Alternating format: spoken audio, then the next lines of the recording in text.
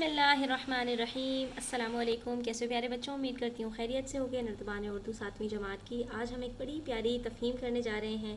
نبی کریم صلی اللہ تعالیٰ علیہ وآلہ وسلم کا روضہ انور، مسجد نبوی صلی اللہ تعالیٰ علیہ وسلم، جہاں پر ہمارے پیارے نبی صلی اللہ تعالیٰ علیہ وسلم آرام فرما رہے ہیں، تو آج اس کے بارے میں ہم تفصیل سے پڑھیں گے۔ تو شروع کرتے ہیں اپنے آج کا سبق، آخر تک میرے ساتھ رہیے گا، اس کے بعد پھر ہم اس کی تفہیم کو حل کریں گے انشاءاللہ۔ تو تاریخ اسلام کی سب سے پہلی مسجد مسجد قباء ہے، جبکہ دوسری مسجد مدینہ منورہ میں تعمیر ہونے والی مسجد نبوی ہے۔ یہ وہ باتیں ہیں بچوں جو آپ سب کو پتہ ہونی چاہیے۔ بینگ اے مسلم ہماری ذمہ داری ہے مسلمان ہونے کی حیثیت سے کہ ہمیں اپنی تاریخ کے بارے میں پتہ ہونا چاہیے، اور ہماری تاریخ وہی ہے جو نبی کریم صلی اللہ تعالیٰ علیہ وسلم اور صحابہ کرام سے جا ملتی ہے، ٹھیک ہے۔ تو سب سے پہلے نبی صلی اللہ تعالیٰ علیہ وسلم نے مسجد قباء کی تعمیر کی تھی، ٹھیک ہے، اور اس کے بعد پھر مسجد نبوی کی تعمیر ہوئی ہے۔ اس کے بعد یہاں پر نبی کریم صلی اللہ تعالیٰ علیہ وسلم جب مکے سے ہجرت فرما کر مدینہ منورہ پہنچے تو آپ صلی اللہ تعالیٰ علیہ وسلم کی اونٹنی ایک جگہ بیٹھ گئی۔ قریب ہی حضرت ابو ایوب انصاری رضی اللہ تعالیٰ عنہ کا مکان تھا۔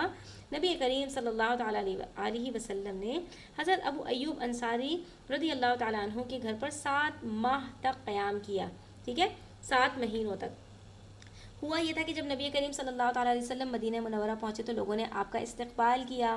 وہاں پر جو لوگ تھے وہ بےتاب تھے، وہ سب یہی چاہتے تھے کہ نبی صلی اللہ تعالیٰ علیہ وسلم ہمارے گھر میں ٹھہریں، لیکن نبی صلی اللہ تعالیٰ علیہ وسلم نے پھر یہ طے پایا کہ جہاں پر خود سے آپ صلی اللہ تعالیٰ علیہ وسلم کی اونٹنی جس کا نام قصوہ تھا وہ ٹھہر جائے گی تو وہیں پر نبی صلی اللہ تعالیٰ علیہ وسلم قیام فرمائیں گے۔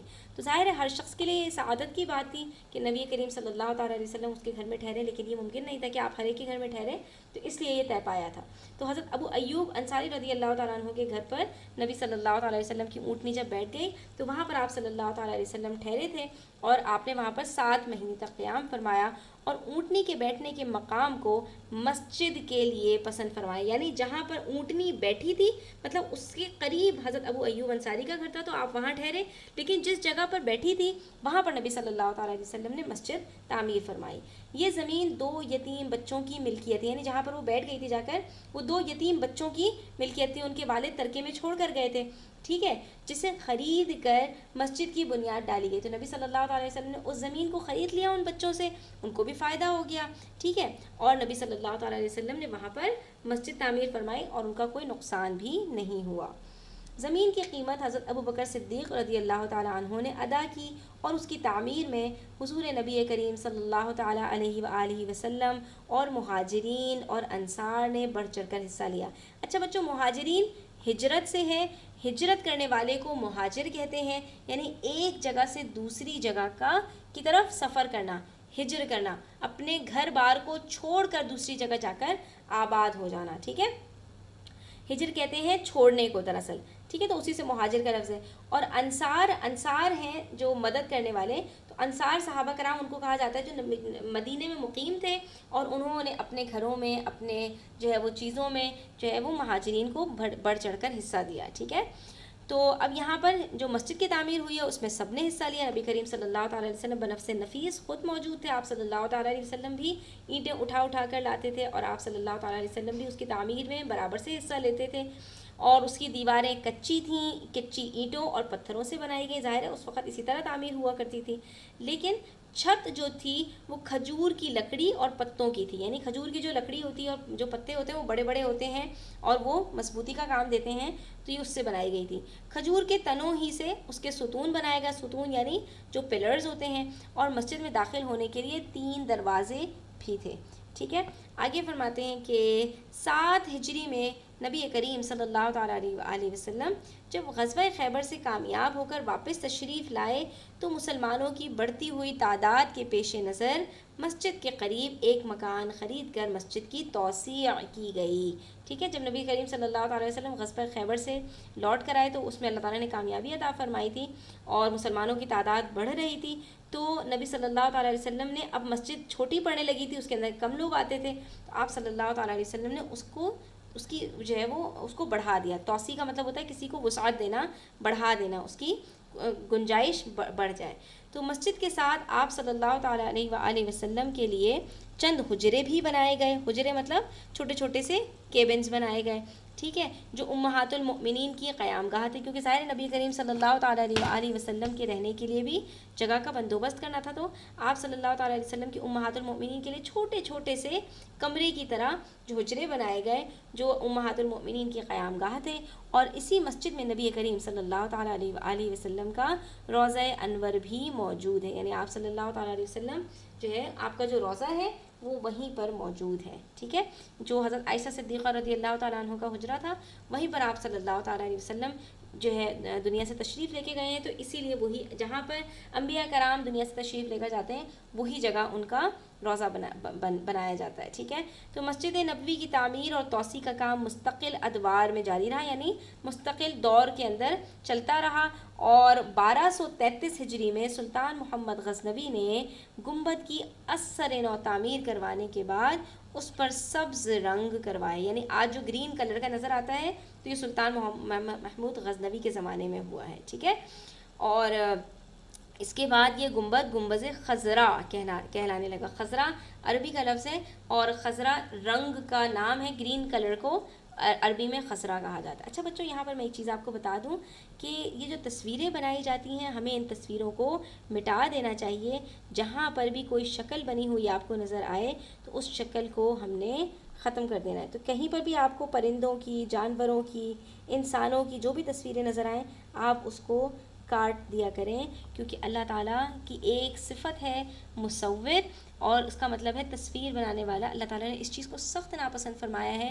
ہمارے نبی کریم صلی اللہ تعالیٰ علیہ وسلم نے گن گن کر جتنی بھی تصویریں تھیں ان سب کو مٹایا، تو ہمیں بھی اب یہی کام کرنا ہے کہ ہمیں جہاں بھی کوئی تصویر بنی ہوئی نظر آئے تو ہم بھی اس کو مٹا دیں، ٹھیک ہے۔ اور جو شخص یہ کام کرے گا اللہ تعالیٰ اس کو اس کا بہت اجر عطا فرمائیں گے۔ چلیے جی، اب اس کی تفہیم ہم دیکھ لیتے ہیں۔ تو یہاں پر ہمارے پاس کچھ سوالات ہیں، اس کو بھی حل کر لیتے ہیں۔ پہلے سے حل ہوئے ہوئے ہیں تو میں آپ کے ساتھ ایک ایک کر کے ڈسکس کرتی جاؤں گی۔ تاریخ اسلام کی پہلی مسجد کا نام کیا ہے؟ تو ابھی ہم نے دیکھا تھا کہ پہلی لائن میں ہی آپ کو اس کا جواب مل جائے گا۔ تاریخ اسلام کی پہلی مسجد کا نام مسجد قباء ہے۔ اور اس کے بعد پھر ہجرت کرنے کے بعد مدینے میں نبی کریم صلی اللہ تعالیٰ علیہ وآلہ وسلم نے کہاں قیام فرمایا؟